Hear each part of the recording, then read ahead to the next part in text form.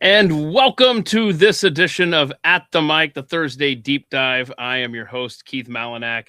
Thank you for making time today. If you're familiar with me, you know that I'm a homeschool dad.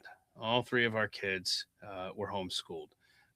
They're just my wife and I just didn't want to send our kids to a public school, and that was a choice we made before our kids were even hatched.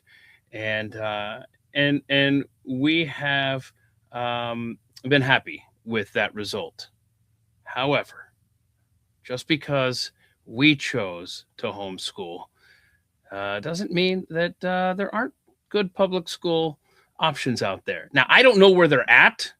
I'm just saying that there might be some hope left in this world. Now, that seems like a weird setup for this conversation today with my host, Chris Papst, but I'm going to bring him in here now because he wrote a book.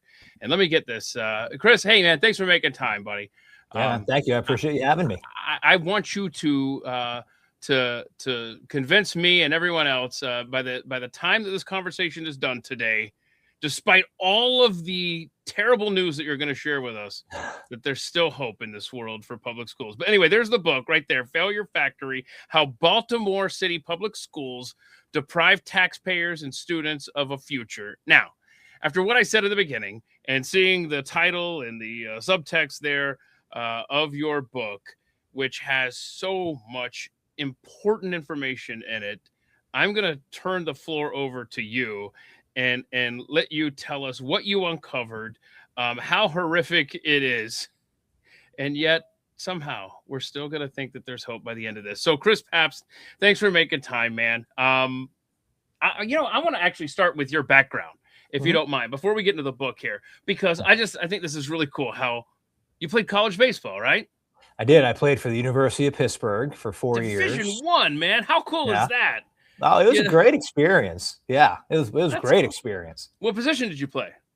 I was in the outfield. Now, back then, I graduated in 2003. So that was 23 years ago now. Wow. And we were the Big East then. The Big East was the Big East was a basketball conference. If you remember back then, Villanova, Pitt was #1 in the country when I was there. Like the basketball programs coming out of there, great. And the baseball was also very good. We had Miami, we had Notre Dame in our conference. We were all over the place. Yeah. So, look, I'm going to put you on the spot here.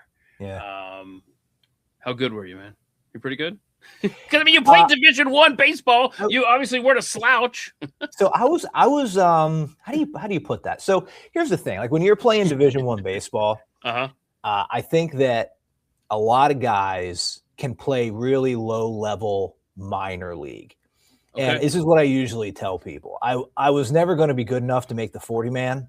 I wasn't going to make a 40-man roster, but I probably could have got into the minor leagues at the low levels and kind of floundered for a couple years. And I think a lot of guys that are playing like the ACC level college baseball that Pitt's in now, a lot of those guys could do that. But it's a question of, you're not going to make any money. You're floating around the country. It's kind of rough. So, I made a decision not to do that and go from college and get right into journalism. Okay, that's cool. I grew up playing Little League baseball, and I played for 13 years. And in my final season, my Little League team finally won the championship at the park, and that was the pinnacle of my baseball existence. But there's no way I was going to ever play, even in my wildest dreams, and I was going to play beyond that. I didn't make it for the high school baseball team. And for me, you know how they have a designated hitter where there's some guys that just bat. I needed the opposite. Like I could handle the defense all day long, but you put me up there facing a fastball, I could not hit that thing to save my life. So, man, that's awesome, man. I love that's part of your story. So you just mentioned that you went on. You say you majored in journalism. Is that right? Yep. Okay. Yeah. So, you talked about the minor leagues there. Journalism, that's its own beast, really. Broadcasting and it is. You're right. So you're kind of in the minor leagues working your way up. So where did your story take you after school? That's a fantastic analogy. So I was at Pitt. I got a Pitt and I started writing for newspapers. And this was 2002. 2003. I think 2002 is when I started writing for newspapers. And at that time, if you were around then, newspapers were struggling. They were going out of business almost every week. You were seeing a major newspaper go out of business. So I thought to myself, all right, I really love journalism, and I knew I wanted to do investigative journalism, but I'm not sure print is the way to go. I don't know if that's a 30 or 40-year career. That's a good foresight by you, man. I mean, because the internet was still, kind of in its infancy at that point, early 2000s. So you saw the writing on the wall, huh? The writing was on the wall. So I went to Temple, and I got a master's degree in broadcasting. And I still kept writing for a newspaper, and I also laid tile floors because writing for newspapers didn't make any money. So I also laid tile, and that's how I made my money to pay for my graduate school. Good for you. And in 2005, I graduated with a master's. And I, the whole minor league reference there is then I went to Casper, Wyoming, 2,000 miles west of Philadelphia. And I worked in Casper, Wyoming for 2 years. I then went to Madison, Wisconsin, and I worked for 3 years in Madison, Wisconsin. I then went to Harrisburg, Pennsylvania, and I covered the Capitol. And I started investigative reporting there.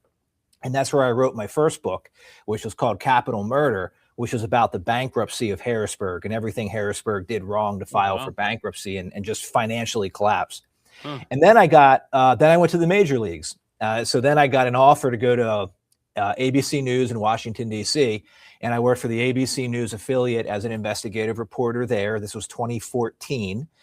And then in 2017, I got the offer to come to Baltimore. And many people would say, well, why would you leave D.C. to go to Baltimore? And I did that because the job that I got offered was on a team called Project Baltimore. And that's what I'm doing now currently. I've been doing it for 9 years. And what Project Baltimore is that we're a team of 2 photographer editors, 2 producers, and myself as the reporter. So there's 5 of us. And we focus on one topic. And for 9 years, that topic has been public education. Oh, wow. And that's how I got to write this book called Failure Factory, because I've taken the 8 years it was when I wrote the book. It came out a couple months ago. From 2017 to 2025, those 8 years of our reporting, all the scandals, all the corruption, all the grade changing, graduating kids who can't read, manipulation of data, all of that stuff into one book, so people can really see what's going on in our public schools. And I know that the cover of this book says Baltimore City, but this is a story about America, because what is happening in Baltimore City is happening throughout the entire country in terms of the amount of money we're putting into public schools, how that money is being spent, and the lack of educational outcomes for our students. You just reminded me of something, and I wish I had the video ready to go here.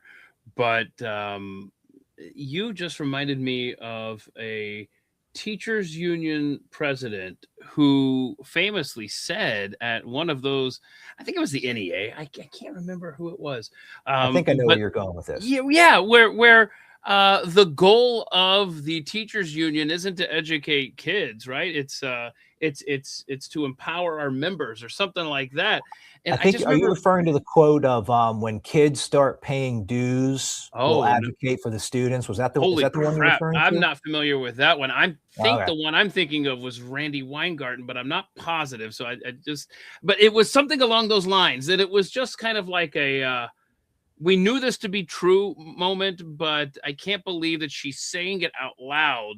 Yeah. And I guess what that leads to for my question here for you is that, and I already know the answer, but I can't wait to hear the way you explain it, because you have the knowledge, man.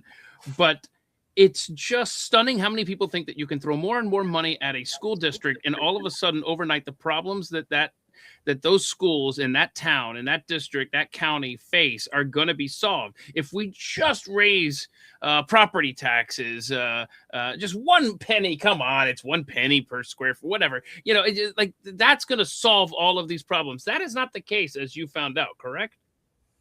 That is certainly not the case at all. And I think that what really makes Failure Factory different from a lot of other educational books is there's a couple things. One, I'm not a policy wonk. This book is written in the way that I'm talking to you. So even though it talks about education and it talks about a lot of data, it's written through the lens of a journalist, a local journalist who lives in the community where I work, a local guy who pays taxes, and I send my kids to these schools. So it's written from a standpoint of somebody who's in this community every single day and who cares about it. Yeah, you And see the the other stuff up hand as a parent, never mind the yeah. journalist aspect. Yeah. Yeah, as a parent as well. And the other thing is that this is an 8-year study. Mm-hmm. I mean, this is not a short-term study. This is 8 years of doing this every single day of our lives and tracking how the money is spent and what is really happening with it. And when you look at the data, and this is, I'll just tell you about my little transformation that I had. So I talked about when I came from Washington, D.C. to Baltimore, and I had already developed a fairly good reputation as being an investigative reporter, and I always focused on tax dollars and government. And when I got to Baltimore, people had said to me, you know what, man, listen, if you're really going to do this, if you're really going to investigate public education, what you're going to find is that public education no longer prioritizes education. It prioritizes the acquisition of funding and then the using of that funding to hire adults to grow the political power and influence of public education that they then use to get more funding. And this was 2017 that I was told this. And my dad was a public school teacher in Pennsylvania, where I'm from, for 35 years in the teachers union. I went to public schools K through 12, so did my brother.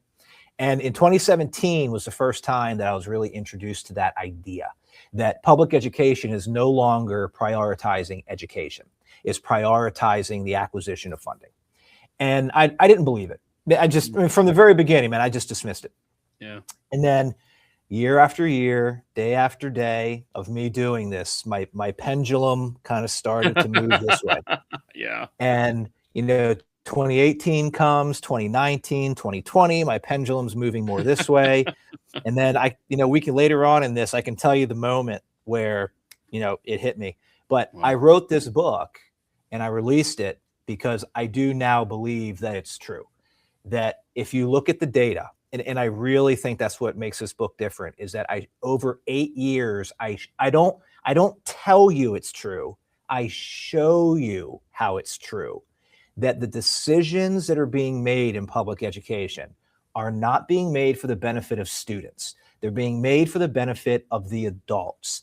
And I go year by year and I guide the reader through why that is the case. And I even take you through the way that I evolved on this issue, from somebody who refused to believe that was true in 2017 to a guy who's sitting before you now who says the data simply tells us everything we need to know. And this book puts all the data in one place for you to look at, and then you can draw your own conclusion. Yeah. And one of the things that you point out in Failure Factory is to that point about funding and how, correct me if I'm wrong, that the Baltimore City school system is one of the most funded in the nation, yet is at the same time one of the lowest performing school systems. I mean, that is an incredible stat, but yet makes so many points just in that one simple fact. Well, that's why we started looking into public education in January of 2017 when this Project Baltimore idea formed. That's why we started with public education, because we were looking at that same data and we could see that Baltimore City was one of the most funded large school systems in America. At the time, it was number 3, and 9 years later in 2026, it's still about number 3. And it was also, according to the National Assessment of Educational Progress, which is federal test scores, we could see that Baltimore City was one of the most performing large school systems. So how does that happen? How can you have year after year one of the most funded large school systems, which is also one of the lowest performing? And that was really the question that launched everything that eventually led to me writing Failure Factory. And it does go back to because educating the kids isn't the priority. All you have to do, if you want to know what an organization prioritizes or what they're good at or what they're put their energy behind, you got to look at where they're improving. And where the school systems are improving is the amount of money they get and the amount of adults they hire. Where they're not improving are student educational outcomes. You want to go over some numbers? Yeah, let's do that, please. All right, let's do some numbers. Now, I'm going to try to as he's going to say, I know there's one specific fact that I have written down here that I know you're going to get to, but if you don't, so help me, I'm going to bring it up because it is mind blowing. Go ahead. Okay. So all this data is in the book, and there's tons more that I'm going to give you because it's hard to follow data sometimes in this format. Sure. So let's start in 2016, 2017 school year. I'm just going to refer to it as the 2017 school year. Baltimore City Schools had a $1.3 billion budget. 8 school years later, we'll refer to it as a 2024 school year. That's 8 school years because you got to count 2017 as a school year. So it's 8 school years. Baltimore City Schools budget was $1.7 billion. Right. The school system got a $400 million a year increase in funding over those 8 years. And it comes out to about a 30% increase in funding. The graduation rate, the 4-year graduation rate in 2017. It went up by 30%, right? Of course it did. So it was 70%. The graduation rate in 2024 was 70%. It didn't change. The exact same. Math proficiency rates. Math proficiency in 2017 was 11%. 11% of the kids in Baltimore City Schools tested proficient in math that year.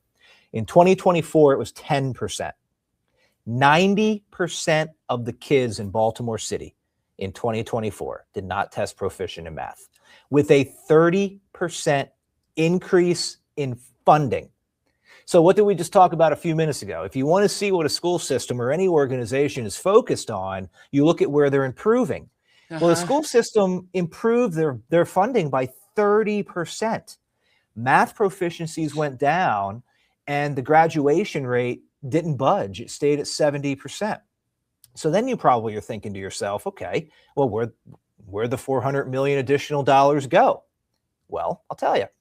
So in 2017, Baltimore City Schools had 5,142 teachers.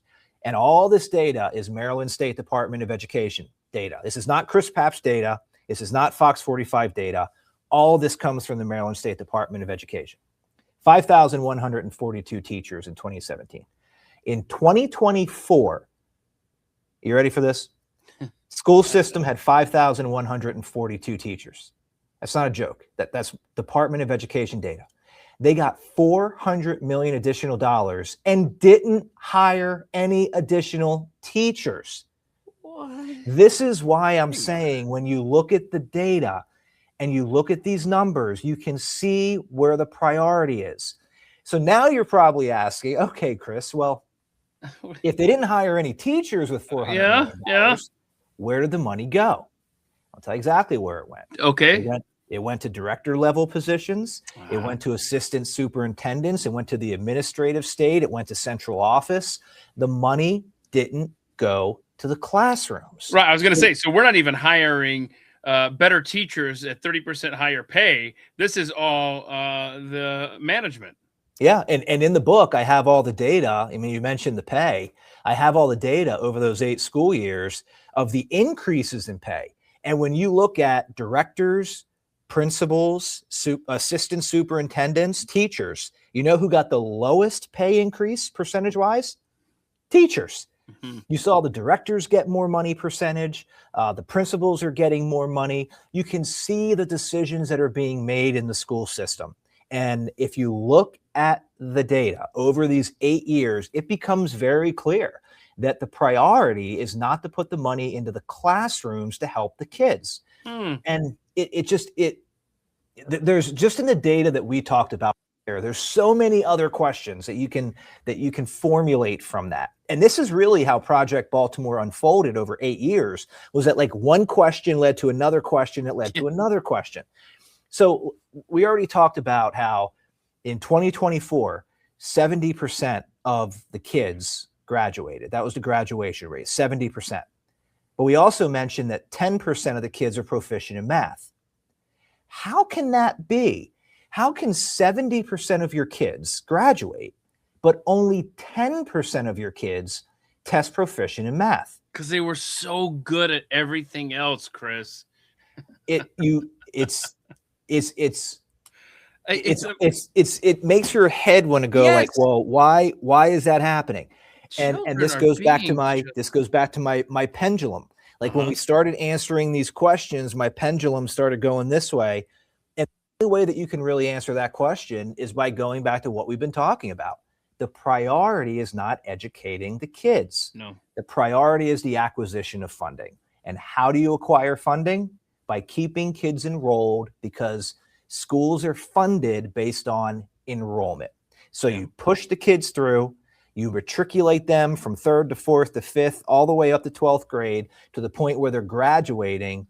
10% of the kids in the school system are proficient in math, but 70% of the kids in the school are graduating.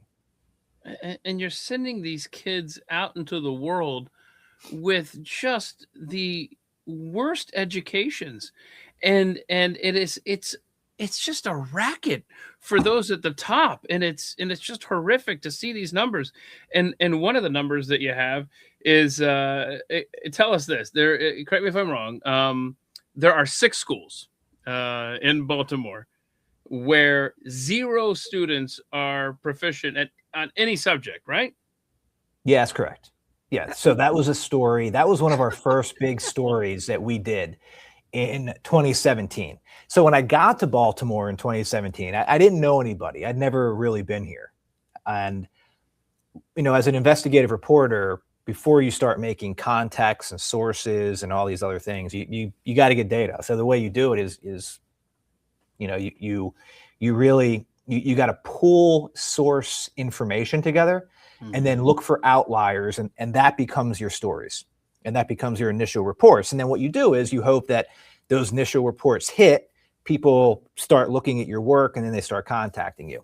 And that's what happened there. So in 2017, I had pulled all the state testing data for Baltimore City, and I started analyzing it. And the way that the state testing data is done is kind of confusing, and there's not a lot of context to it. You kind of have to provide your own context by taking all of this data and organizing it and looking at it. And that's what I did. And I was able to show that there was before AI, kids. Yeah, before AI.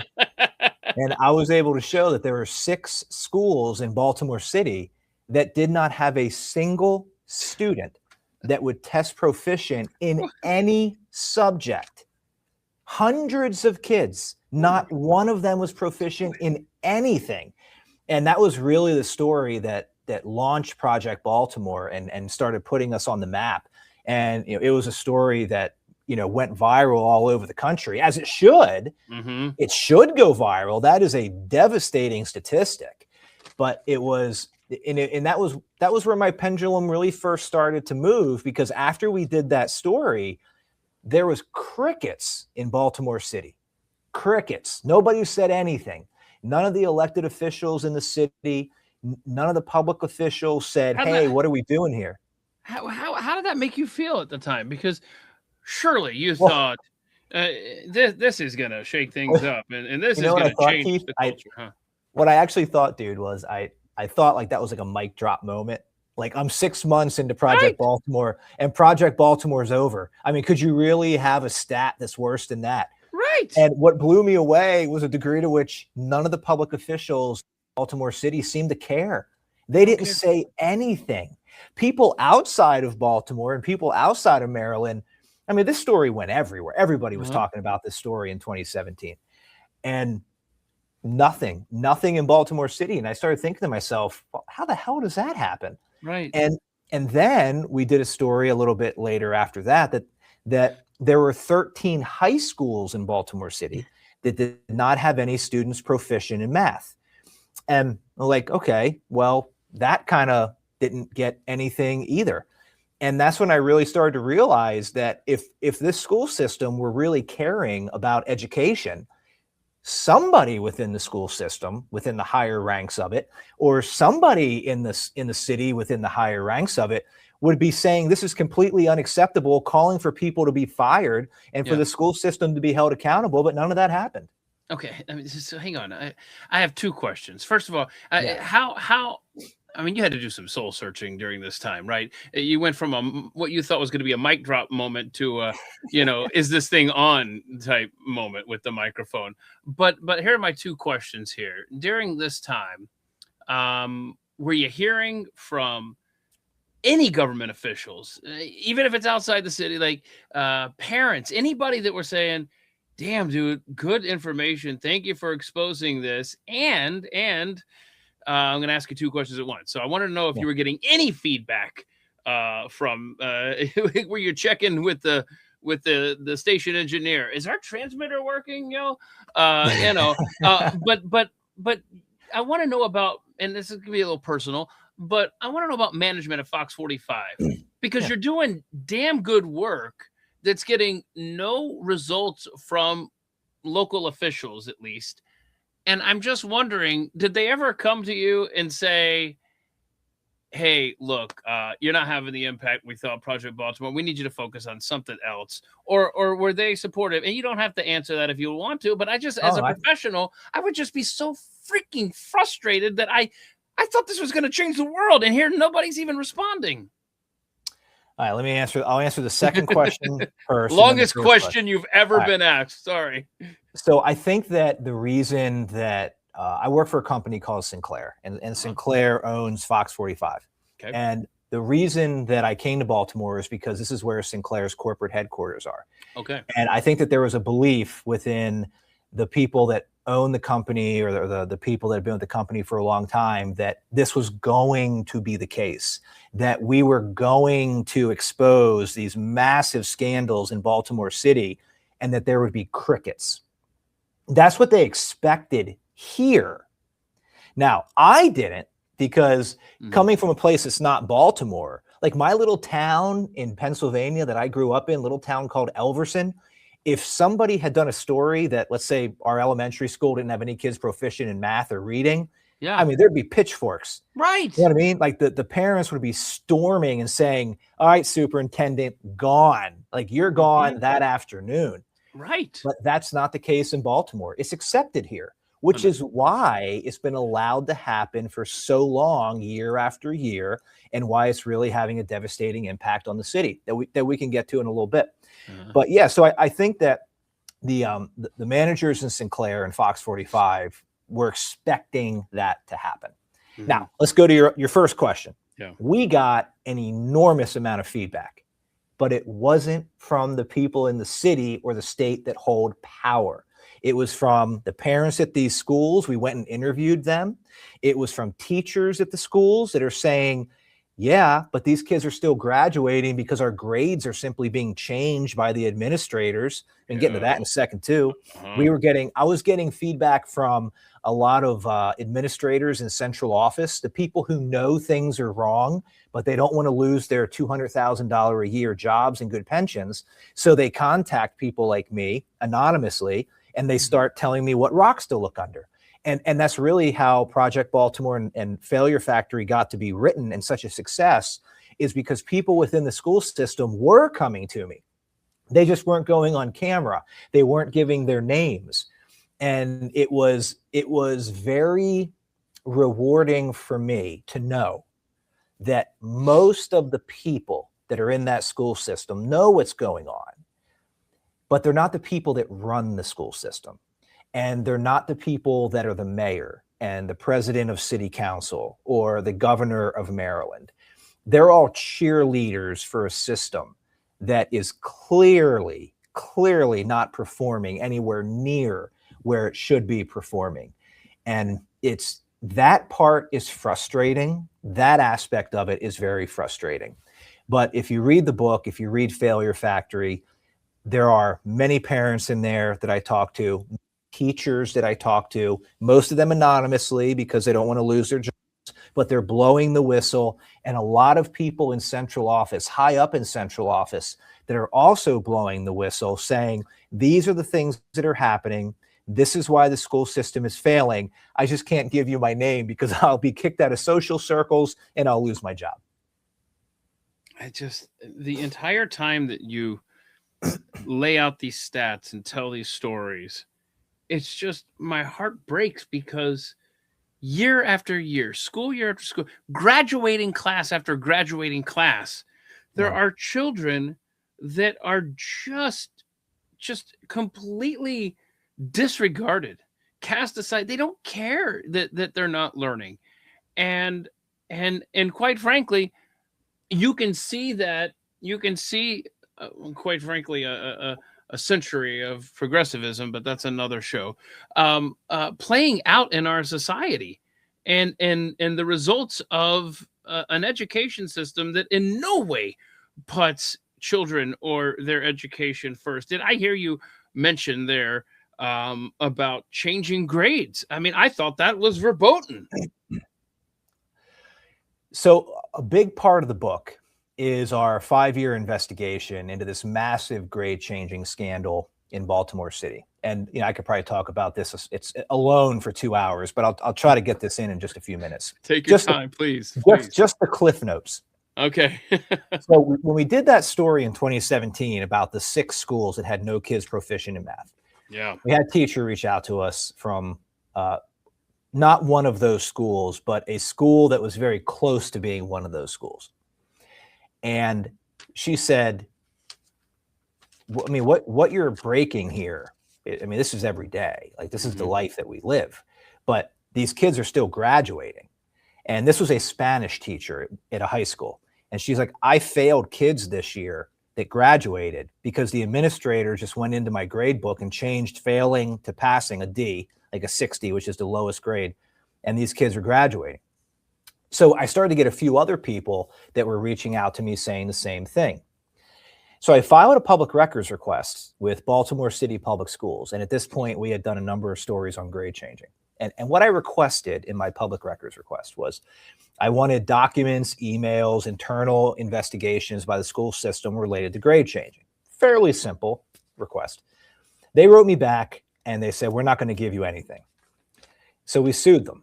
And in December of 2017, we filed a lawsuit against Baltimore City Schools for violating Maryland's Public Information Act. In February of 2019, we went to court. I testified in front of a circuit court judge in Baltimore City for a couple hours. And then in March, she released her ruling. And her ruling was that Baltimore City Schools willfully and knowingly violated the law by not handing over the documents. What she said in her court ruling was that the school system knew what it was doing was illegal by not handing over the documents, but the school system did it anyway. And the judge said her belief was the school system did it to, quote, hide possible wrongdoing. So the judge smacked down the school system, said, this is such a ridiculous case that I'm going to make you, the school system, pay Fox 45's legal fees of nearly $200,000. So Baltimore City Public Schools, taxpayers, had to write a check to Fox 45 for nearly $200,000 because of a lawsuit that never should have went to court, because the judge said the school system didn't want to potentially release things that would make that possible wrongdoing. Well, when we got the documents, it sure did show that there was significant wrongdoing. We got 8,000 emails. We read all of them, many of them from teachers who were telling the school system, stop going into my grade book and changing grades. Wow. And these are common. Teachers that were writing the school system saying, how did this kid graduate on Saturday? I failed him. How did he graduate? How did he get a diploma? And from there, and there's many more of these that are really eye-opening emails that are illustrating the fraud that is happening. And, from that standpoint, the Inspector General for Education in Maryland, after we won the lawsuit and these emails started coming out, the Inspector General investigated and he released a report. And this was 2022. And in his report, he found in a 4-year period, there were 12,542 improper grade changes in Baltimore City of failing grades changed to passing. Okay. What was that number again? 15,000. Unbelievable. 15,000, over 15,500 were improper, were failing. These are not B's to A's. Right. These are failing grades changed to a D- so the kid can matriculate or graduate. And the inspector general found that upwards of 10% of the kids are graduating who should not have. They graduated because their grades were changed. Now, to me, that is probably fraud, because a high school diploma is a state document. And if the state inspector general for education is saying there are kids, upwards of 10% at some schools, that are graduating who should not have, who signed off on the graduation forms that gave these kids a high school diploma? But nobody was charged with a crime, to my knowledge. Nobody went to jail, for my knowledge. They never are. The students kept their diplomas at the inspector general for education. A statewide position said that they did not earn. And this is all leading back to the problem. And my premise in Failure Factory, and why this is a national book, is that Baltimore City is really at the end stages of what a failing public education system does to a society and does to a community. If you come to Baltimore, it is a struggling city. 20 to 25% of the people are living in poverty. There used to be nearly 1 million people in the city. It's down to 550,000. With the amount of people leaving every year, it's going to be under 500,000 in the next couple of years.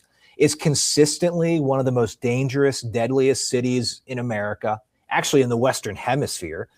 And my contention is that those things are not the problem. Those things are a symptom of the problem. The problem is, year after year, decade after decade, the public education system is failing to provide the people in this city with a proper education. And it's leading to all those other problems. And I make the warning in Failure Factory: do not allow this to happen in your community. Your community will not be able to sustain itself if the public education system is not operating properly. Now, you had said in the beginning of this podcast that you homeschooled your kids. And I fully understand that there are some circumstances where people have to make the best decision for their children. Absolutely, 100% guarantee. However, 90% of the kids in America go to public schools. That means 90% of future voters and 90% of future taxpayers are currently in public schools. Even if you pull your children out of public schools, understand the dire consequences it's going to have for our entire country if those public schools fail to properly educate our students. We cannot allow America to take the pathway that Baltimore has taken. That's why I wrote Failure Factory. And can we go back here just for a moment on the changing of the grades? This is, while you had to uncover through the court system all of those emails, not everything was hidden from plain view, right? I mean, didn't you find evidence of a principal texting like entire teachers, like everybody on a text chain or something about? I mean, they're just so bold about it. Well, because it's just the standard. And what we had was, what you're referring to is Calverton Elementary Middle, a school in Baltimore City. And there's a principal there. And she texted her teachers. And the text was very bold, simply said, if you have any grades under a 60, 60 is the minimum passing grade. If you have any grades under a 60 and the kids are failing, move those up to a 60 to pass the kids. That's what the text said. The text is in the book. You can read it for yourself. And I had a teacher who received that text send it to me. I then interviewed that teacher anonymously, but we interviewed her, and she was very good. And when we did that story, Baltimore City conducted an internal investigation. When the internal investigation was concluded, they found that this principal improperly changed failing grades to passing to matriculate students through the school system. That was their finding. She kept her job. She kept her 6-figure job, making about $140,000 a year. And many people would say that principal was cheating students out of an education, and she kept her job. Okay.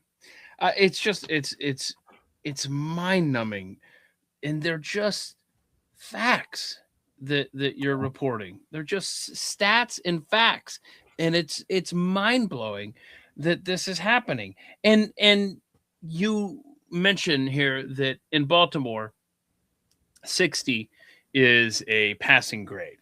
Now, Correct. I know every part of the country is different. Quality of education is different in some parts the other. But I was just sitting here, I can't believe I remember this, but I was just sitting here. I'm public school educated, Cobb County, Georgia, Metro Atlanta, and I was scribbling out here what I remember from our grading scale. And I don't know in your reporting, which you're definitely making an impact, because the President of the United States has cited your work, which has to make you feel good. But and maybe you have more perspective on this than me, but Cobb County, and I'm talking about when was I in school, 80 to 94 roughly, 92 to 100 was an A. Yeah. 83 to 91 was a B. 74 to 82 was a C, and 70 to 73 was a D. So 69 or less was failing in Cobb County. So I guess my question, it's unfair to you because I don't know that you have the answer here. That 60 threshold for Baltimore that seems so low from my experience in public schools, how does that compare, do you know, with the rest of the country? Is 60 a passing grade now in most places? I think so. So when I was in school, I graduated high school in 98, and we were 92 and above was an A. Mm-hmm. I think 85 and above was a B. So we were very similar to you. Now it's 90, 80, 70, 60 for many schools. 90, 80, 70, 60. But what that's really doing, Keith, is that's following a trend that I lay out in my book of really the lowering of expectations in public schools. And I mean, a lot of people are just calling it the dumbing down of education, because a lot of public schools are highly focused on data. And it's really hard, or it's a lot of work, I should say, to improve a school's data by properly educating the students or giving them a better education. It's really easy to improve a school's data by saying, you know what, we're just going to lower the passing from a 70 to a 60. Those 10 points, those 10 points are a big deal, and that'll really be able to, boost our kids. And again, this all goes back to my pendulum, right, that we talked about. Yeah.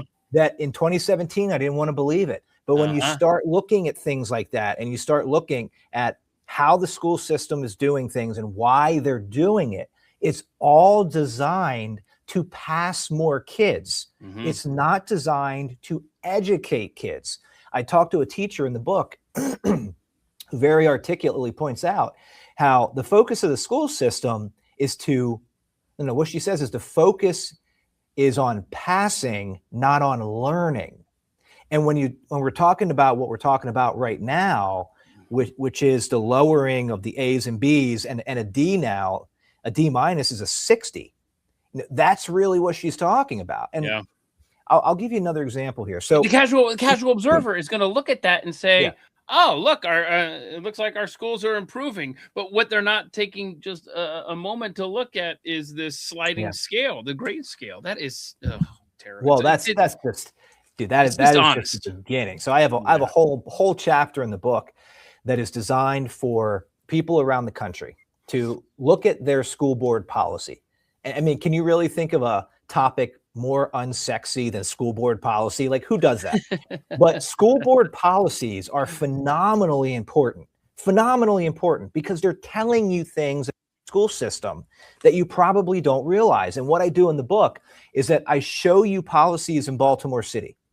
And I was like, look for this policy in your local school system. And if you find it, it is a significant indication that your school system is failing academically, and they're doing things to try to boost the number of students that are passing. Similarly to lowering the grade scales down to a 60. But we'll talk about one. So Baltimore City has this thing called a 50% rule. And what the 50% rule says, and I actually cut it from school board policy so you can see it to compare it to your school board policy, is a student cannot get below a 50% for a final grade in a marking period or a semester. So a student can never come to school. They can literally never show up, never take any tests or quizzes, never hand in any homework assignments, and that student in Baltimore City will get a 50. The reason Baltimore City instituted the 50% rule, and they're not really shy about it, was to pass more kids. Because if you have a kid who doesn't come in for the first 45 days of school, which happens in Baltimore, they just don't show up. They show up on the 46th day and they start at a 0. Mathematically, it's going to be really hard for that kid to pass. So Baltimore City starts them at a 50. Now, think about this for a second. If you start at a 50 and the minimum passing grade is a 60, you only have to earn 10 points out of a 100-point scale to pass a class in Baltimore City. That's the reality. That's where Baltimore City is. How do you graduate 70% of your kids when 10% of your kids test proficient in math?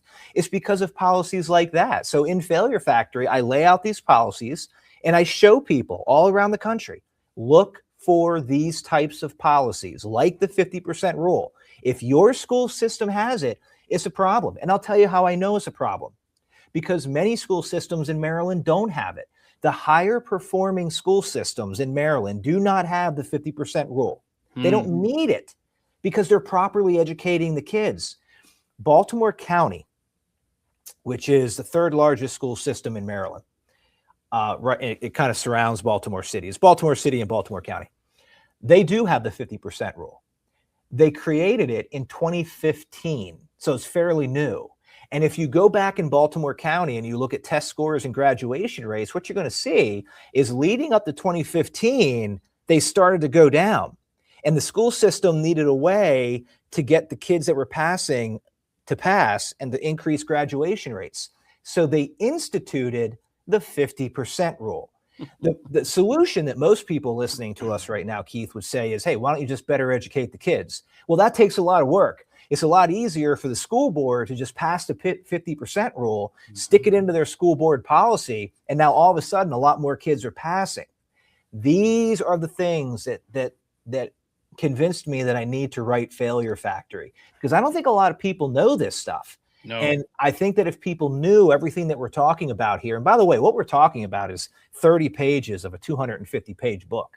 Like there's a lot more detail in this. Right. But people need to know these things. We can't allow our public school systems to go down the path that Baltimore City has gone down. I tell you, this is rough. This is a tough pill to swallow.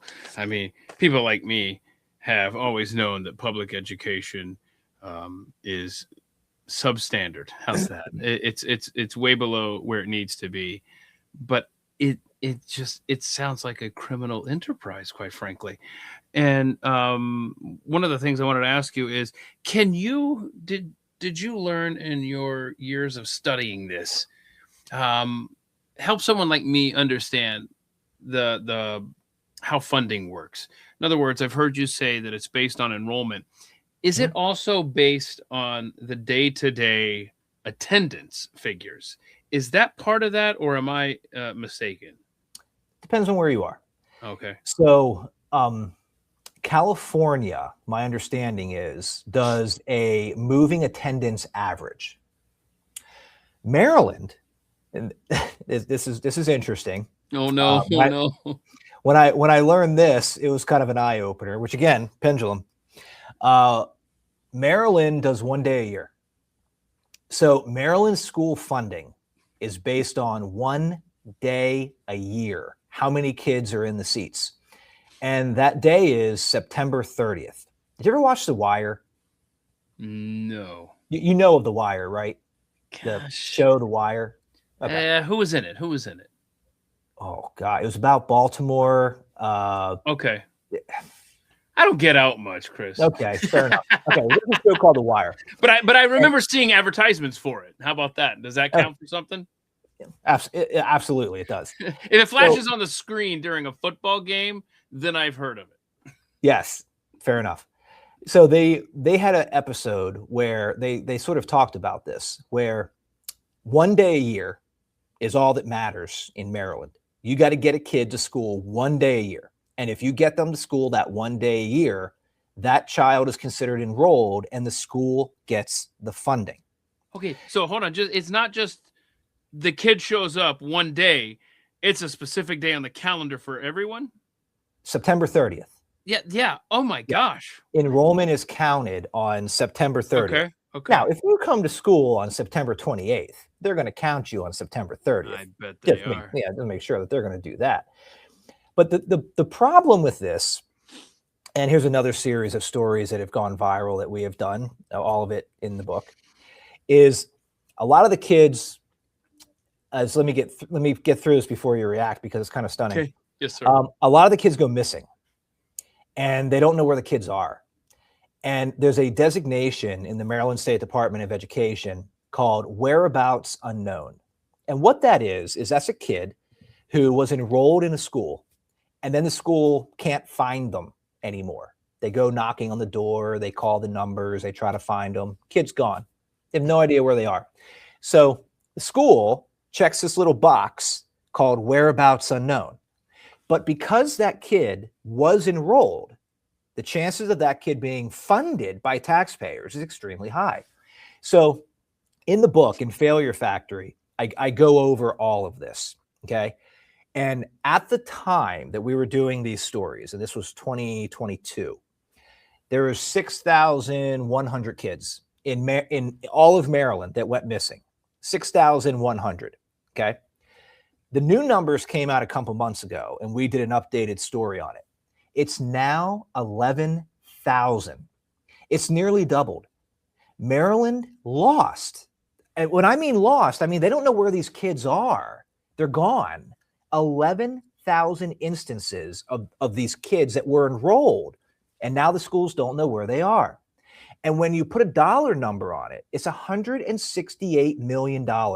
So in 2024, taxpayers gave Maryland schools $168 million to educate students who were not in the school. This is again, don't take Chris Papst's word for it. This is Maryland State Department of Education data. We've done these stories. I lay out all the details in the book so you can see how the state laws work and all of this, and we guide you right to the point where we're saying this is $168 million, Keith. 1 year. This is 1 year of money going to schools. Now, I know in the news a lot lately, we've been seeing daycares in Minnesota. Okay, we've been seeing a lot of stuff like that. But my argument is I'm not sure that this is really all that different, because it's just money that's going to a school. But here's the thing. It doesn't appear to be illegal. If a school can just find a way to enroll a kid on September 30th, and this is the truth of the matter, that kid never has to come to school for the rest of the year. They could come to school on September 30th and starting on October 1st, never come back, and that school gets funded. And in Baltimore City this year, that funding is about $23,000. So if you're a principal or you're an administrator, for every kid that you can enroll, you're going to get about $23,000. And here's the other thing. If you happen to get caught inflating enrollment, which we did, that I lay out in Failure Factory, the people that were inflating the enrollment never got charged with a crime, never went to jail. How does that make you feel, man? It's very frustrating. I bet it is. I mean, and is it, and I hate to boil it down to politics, because I don't know that this is the answer, but I want to throw this out there as a possible reason why things aren't changing for the better. Is it because the people who run Baltimore City schools are of the same political persuasion as those that run the state of Maryland? In other words, why are we going to blow the whistle on our own team of what is obvious fraud and obvious dereliction of duty for these students and these children and scamming the taxpayers? Is it just because Democrats control both? I'll answer that two ways. The first way is that I don't mention Republicans and Democrats, conservatives and liberals in this book. That's and smart. The reason I don't do that is because I don't want people to see the data that I'm showing them through a lens. Mm-hmm. And the parents that I talk to that just want a better education for their kids, the students that I talk to, the teachers, the administrators that want better for the kids, they're not looking at this through a political lens. Yeah. So this book is not written through a political lens. I want you to look at the data. I want you to hear their stories. And I'm trying not to tell you, I'm trying to show you.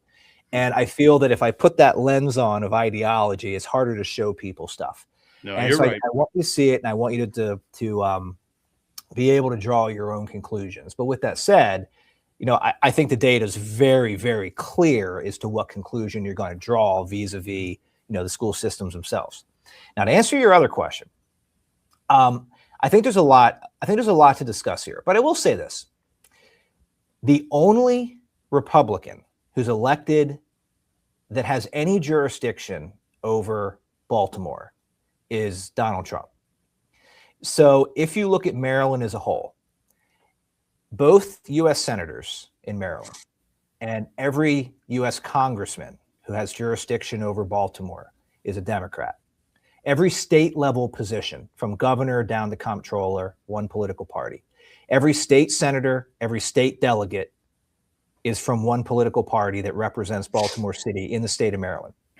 The mayor, every member of city council, and every other elected official citywide, like the auditor and the comptroller, all from one political party. There is simply no diversity of thought, political thought.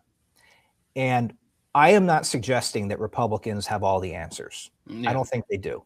But I am strongly suggesting that two-party control is more efficient and effective than one-party rule.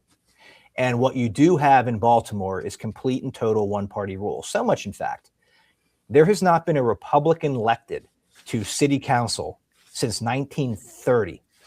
There has not been a mayor who's a Republican elected in Baltimore City since 1960. So you have literally one party for generations that has been controlling the school system. And it's been explained to me through the various people that I talk to on a regular basis, that if you want to work your way up the political ladder, and I think this holds true for Republicans and Democrats, it doesn't benefit you to bash your own party. Right. And if you're a Democrat and you speak out against Baltimore City public schools, you're in essence speaking out against your own party. Sure. Because there's nobody else to blame for what's going on. And we sort of talked about this earlier in your show, where we mentioned that we would do these stories that we thought were mic drop stories, and there'd be crickets from the leadership in Baltimore City. And I think the question that you just asked is a very good one, because why would that be? And I think it would be because there's no diversity of political thought. It's all one party type thought. And there are people, and I'll tell you this right now, I'm not going to give their names, but there are elected political officials in Baltimore City that have said to me completely off the record that they can't stand what's happening, but they can't say anything because it'll end their political future. And if they want to eventually get to a point where they can have some control over the school system and help it, they got to get up here politically, and they're down here. But they're never going to get up here if they criticize the party. And that has been said to me by a number of people, and I know who the people are, and they are good people, and they are trying to work their way up. And they are trying to get to a point where they will have more power, that they could have some influence over the school system. But they understand the way to get there is not to criticize the school system. That is fascinating and frustrating to hear. Oh my goodness. So, all right. Someone like me who clearly has never been a fan of public schools, as a student, but later as a parent, right? And definitely as a taxpayer. Give people like me a reason to believe that there is hope, and that public schools in that system is worth saving and can at some point in the future redeem itself for our children, man. Sure. So in Failure Factory, I have an entire chapter devoted to what's working. And there are examples, shining examples of schools that are doing incredible things, getting the same per pupil funding expenditures, pulling kids from the same neighborhood, same demographics as every other school, but they're achieving great things. So there are models out there, and I take readers to these schools. I interview the principal, the teachers, parents, more importantly, parents that are sending their kids to these schools and the kids themselves. And I'm showing you what's working. Listen, it's 2026, Keith. We know what works. The problem is that it seems that we have taken what works and replaced it with what sounds good. And that is significantly affecting public education. It sounds good when we say, you know what, our suspensions are a lot lower than they were 5 years ago. It sounds good to say that. But the reality is that you're just keeping disruptive kids in the classroom. Right. And it's affecting the learning. And this is really what's kind of plagued public education for probably the past 10 or 15 years, is because like when I was in school and when you were in school, and I don't want to be like, I was walking 10 miles uphill both ways, but if you did something wrong, you were going to be held accountable. Yes. It's not so much that way anymore. It's Lord of the Flies in there, isn't it?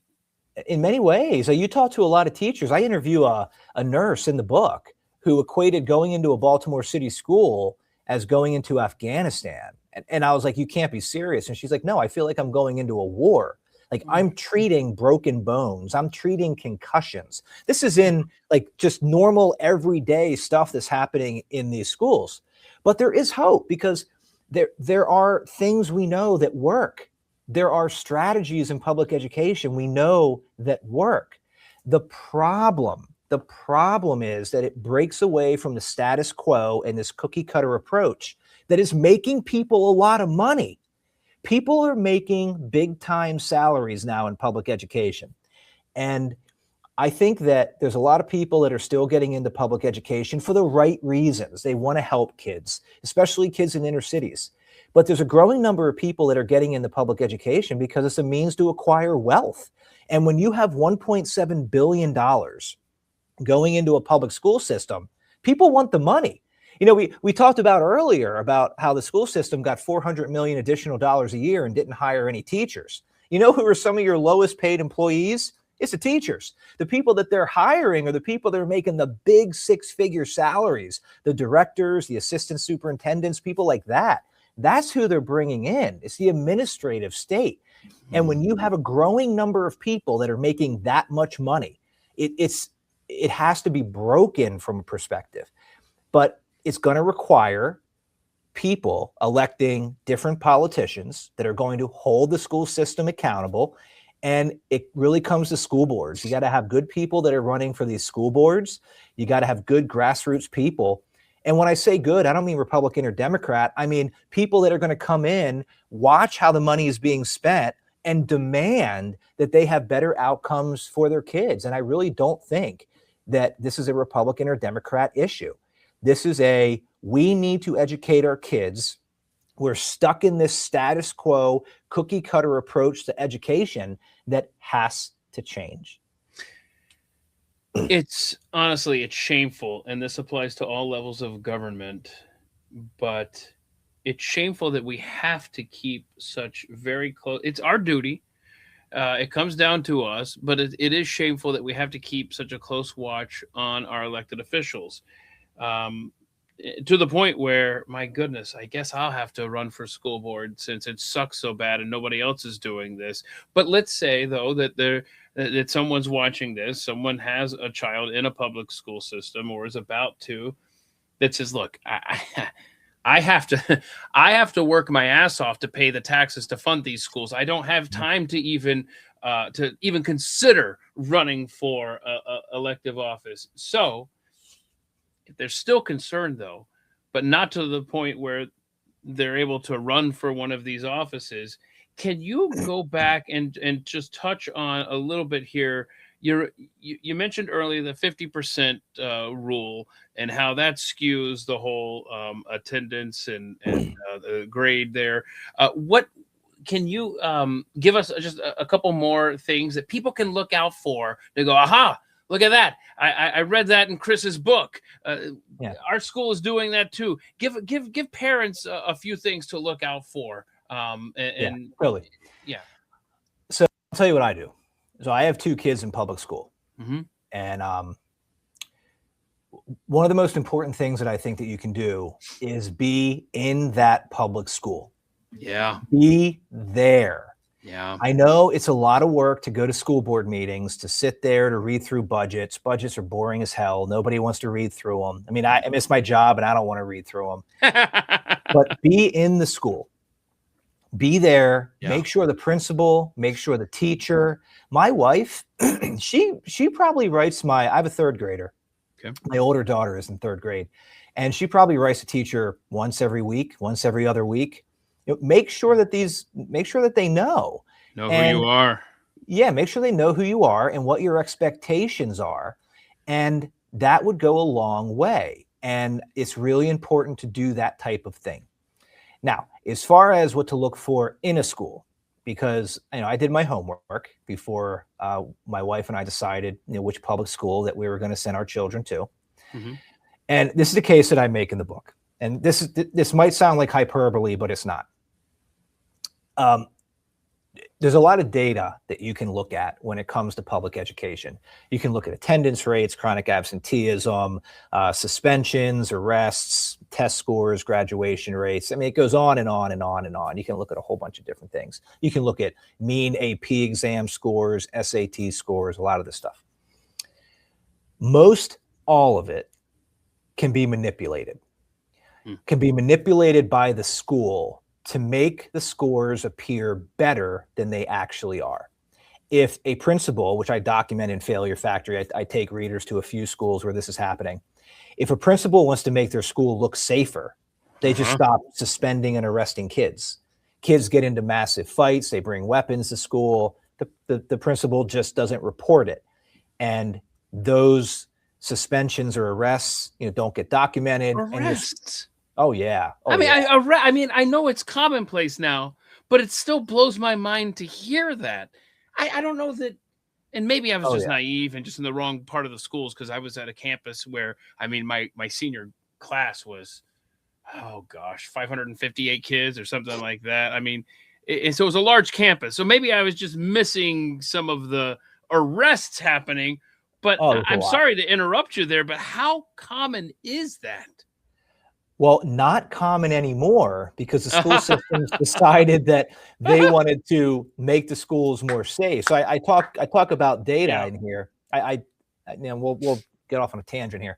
Sorry. So as far as arrests are concerned, I have a stat from 2009 to 2019, the year before COVID. And Baltimore City schools in 2009, they were arresting 900 kids a year. 900 were getting arrested by police. In 2019, it was 18. It went down 98%. They got wise. The school system celebrates this, and they're saying, look how safe our schools are. We went from 900 arrests to 18. But here's the problem. Now the rest of the story. When they stopped arresting kids, what you see is that the overall academics of the school started to decline, because they're keeping problematic kids in the school that are disruptive, and the rest of the kids can't learn. The other thing that it did, and we document this with State Department of Education data, is that as arrests began to plummet, what started going up were bullying complaints. So when you're keeping the disruptive kids in the classroom, you're getting more kids bullied. Now, the reason the school system didn't want to arrest kids anymore is because they wanted to stop the so-called school to prison pipeline. And in a school like Baltimore City that is 93% minority, 93%, most of the kids getting arrested were minorities. Makes sense. 93% minority school. However, You also have to look at those kids that were getting bullied are also mostly minority. So a school system that stopped arresting kids because they wanted to protect minorities damaged many more minorities because they were now the victims of bullying. And in the book, I talked to some of these kids that were getting bullied so bad, they tried to commit suicide. There's one girl that just left her school. She's like, I can't go back there anymore. And this is the problem with the type of approach that we're having in public education that is simply not working. Again, what did I say before? We've replaced what works with what sounds good. It sounds good to say our arrest rates are down 98%.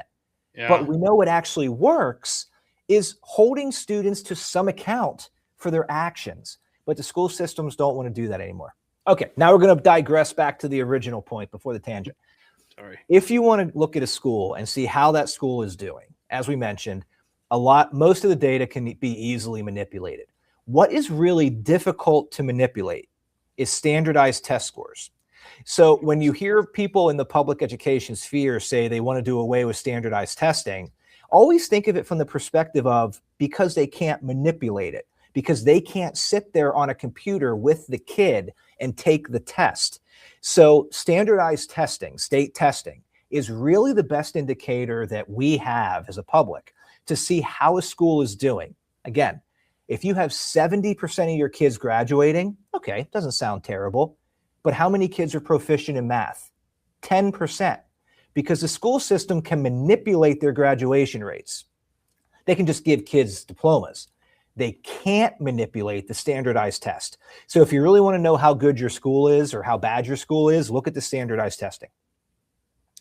Interesting. Yeah.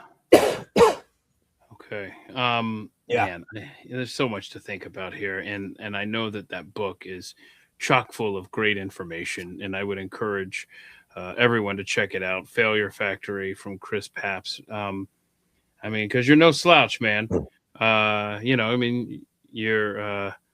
You've won Emmy Awards. You won the NAACP Vanguard Award. That's pretty cool. I did. It's a best-selling book, Failure Factory. So, there are answers in there. And I think that at the root of everything that is a part of the American story has worked at some point or another.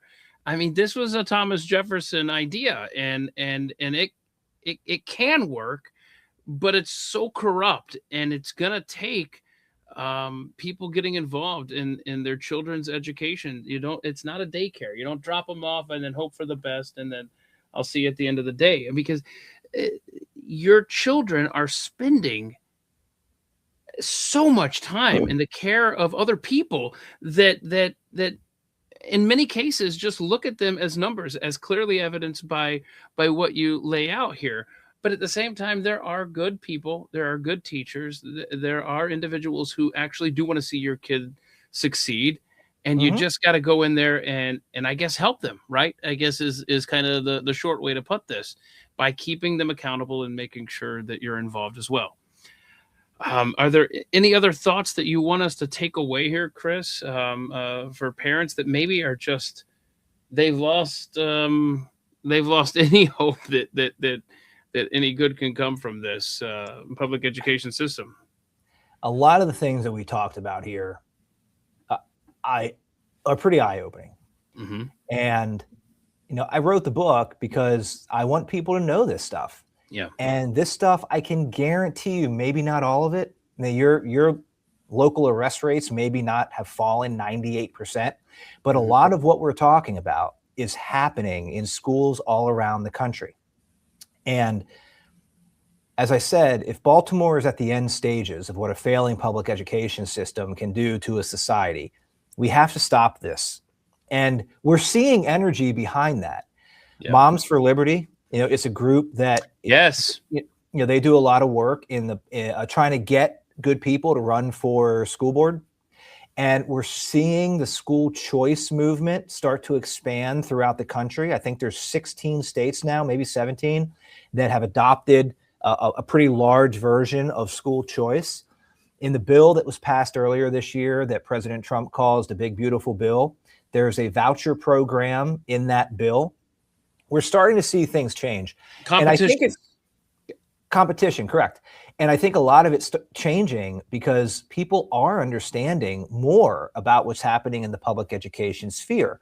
And what I hope is that people read this book and it kind of takes us to the next stage. And you read it, you see what's really happening, and we go, okay, here's the next evolution of what we have to do in order to get a better education for our kids. Yeah. And for this book right here, it's kids that are 93% minority. And thank you for pointing out the NAACP award that they gave me, the Vanguard Award. That was a state level award. That's a state level NAACP. It's a Maryland chapter. And the national headquarters of the NAACP is in Baltimore. Yeah. So there's a lot of Black people in this state that are appreciating what we're doing. And I got that award for this book. That's so awesome. They're recognizing it, because what I'm pointing out here is not an attack on any political party or race of people. I'm simply saying these kids aren't getting educated. And here's how they're not getting educated. And here's a city that is struggling as a result of it. It's A plus B equals C. It's very easy to follow. And the leadership of the NAACP has been watching, and they recognized that. And I appreciate that, because I'm sure that there's some people who are listening and not watching, but I'm a white guy. And when I was up on the stage getting the award, I was the only person there that looked like me. But I really appreciated that, and I thank them. Because I get attacked a lot for what I do. I get attacked for being white and reporting on a school system that's 93% Black. And, in the book, I have the emails that people are attacking me, calling me all sorts of names because of the way that I look. Wow, but I do really hope that people read it. And if you do read it, and you can pick it up anywhere books are sold, Amazon, Barnes & Noble, local bookstores. If they don't have it, they can certainly order it. I'm really easy to get a hold of on social media. Chris Papst on X, Chris Papst on Facebook. Read the book. Mm-hmm. Please write me. Let me know what you think. Let's keep the conversation going. I wrote this book, and I do this job specifically in local journalism because, I want to make a difference, and I want to live in a better community for myself and my kids. And I know everybody else does too. And I think that there's a pathway to get there. And I think that I have laid out the pathway in this book, and I just really hope that it can create some sort of positive effects. Yeah, and if I can just continue the conversation just for another moment here. It's just I'm so glad that the NAACP saw that you were trying to save generations of Black children from getting cast aside by a system where there were a handful of people getting rich, and the kids in that community were suffering.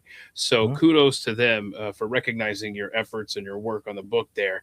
And as you were talking, I was remembering my own childhood in Cobb County, Georgia.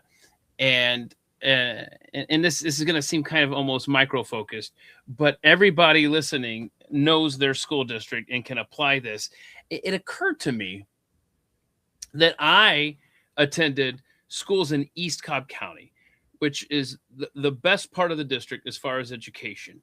And then when my mom and my stepdad moved out of state, and then I was a man without a country, basically, because I didn't want to move out of state at the time. I wanted to go my last year in high school. I moved in with my grandparents that lived in another part of the county, and the prospects of the high school that I was going to be attending at that time were complete opposite of the quality of school that I had been attending in my previous 3 years. But I remember, as you're talking about school choice and the Big Beautiful Bill and vouchers, I'm remembering back thinking, my goodness, I remember that being a difficult fight for my mom to try to convince the Cobb County schools to allow me to continue going to my original high school. And so, to your point, as far as progress being made in the area of public schools, I mean, look at that. It's 30 years later, but now you are getting those kind of options and seeing competition infused where otherwise you would be trapped in a failing school district. Hey, that's where you live. It sucks that the high school that you're inside the borders of sucks, but that's where you're going. And I think injecting that kind of competition in there, and even in places like it started in Arizona and it's spread to other states, and finally Texas is getting on board. And I'm going to take a detour, and it's going to sound like I'm promoting homeschooling, but follow me here. We educated our kids, and we paid all the out-of-pocket expenses, and then the first year it becomes eligible, where we get a reimbursement of what we spend on educating our kids, starts in the fall. Well, sucks for us because our youngest is done right now, and so we won't be able to take advantage of that. But what my point is, that kind of competition now for public schools to go, holy crap, they could spend this money on supplies, they could spend this money on private schools. We have to up our game, because now there's more incentive to homeschool if they're going to be reimbursed for these expenses. And you would hope that public schools would then respond to that. I know it's a long way to the well, but I think that ultimately, if public schools see that parents are figuring out they have other options in places like Arizona, Texas, I think Florida, many other states actually at this point, something that was a foreign idea a decade ago is now affecting homeschool families. And I'm trying to say that public schools will now have to react to that. If they want to keep their client base, they have to keep up with that. And so there's incentive there for them. I know it's a long-winded thing, but I think that the more options and the more competition that there is, ultimately that's better for everyone, public schools included. And so who knows? Maybe a generation from now, it's completely different. And public schools have responded to this competition and brought their A game. That's all. I hope that sincerely. I will say this. I think that the history of human civilization has shown that competition breeds success. Yeah. And I don't want to get into, all the different things that were invented because we were at war, like helicopters and nuclear energy, but that's a form of competition, that we were competing, and we had to create things, to win the competition. And I think when you look at businesses, they thrive in competition because it forces the positive innovation. But we have created a public school system that doesn't have competition. And just think about it this way. Let's say that you were in a town and you had 10 McDonald's. Would you want a Burger King? Of course not. You wouldn't want Burger King to come in. You would fight to keep Burger King out because you don't want the competition. You want to sell your burgers at your McDonald's. And public education is doing the same thing. And I think that's what we have to understand, is that public education is fighting to maintain the status quo of public education, because it's extremely profitable. And we gotta, and there's a lot of people that get upset about it and say that it's evil. And I do a lot of speaking engagements about my book, and people get very upset about it. And I'm like, I don't think you should get upset about it. I think you should understand it.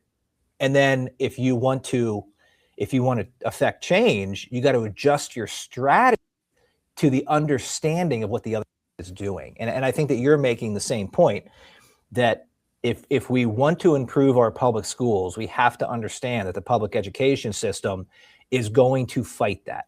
And the teachers' unions are going to fight that. And so let's have the battle. Let's have the peaceful battle, respectful battle, and let's see, who's going to win that battle. And when your clients are parents and your customers are parents, that every single one of them wants better for their kids, I do think the school choice option for parents is one that's a winning issue. And I think it is moving in that I think it is moving in that direction. We can see momentum. Yeah. And that's such a great point, Chris. What's the incentive to get better if there's no threat from competition or another way? And your book, Failure Factory, goes a long way in laying out the case there. Here's the problem, here's the solution, and I hope that a lot of people will check it out. Failure Factory by Chris Papst. Sir, any other thoughts there before we say farewell? I just really appreciate your time. Thank you for giving me, this time on your show. It's greatly appreciated. Sure thing. Thank you for taking interest in Project Baltimore and our work and Failure Factory, and just thank you so much. Well, Chris, thank you for caring. Seriously, thank you for actually taking the time and doing the digging and the research and putting this all together. Please check out his book, Chris Papst. The book is Failure Factory. He's from Fox 45 there in Baltimore. He does good work. Thank you, sir. Thank you for being a part today.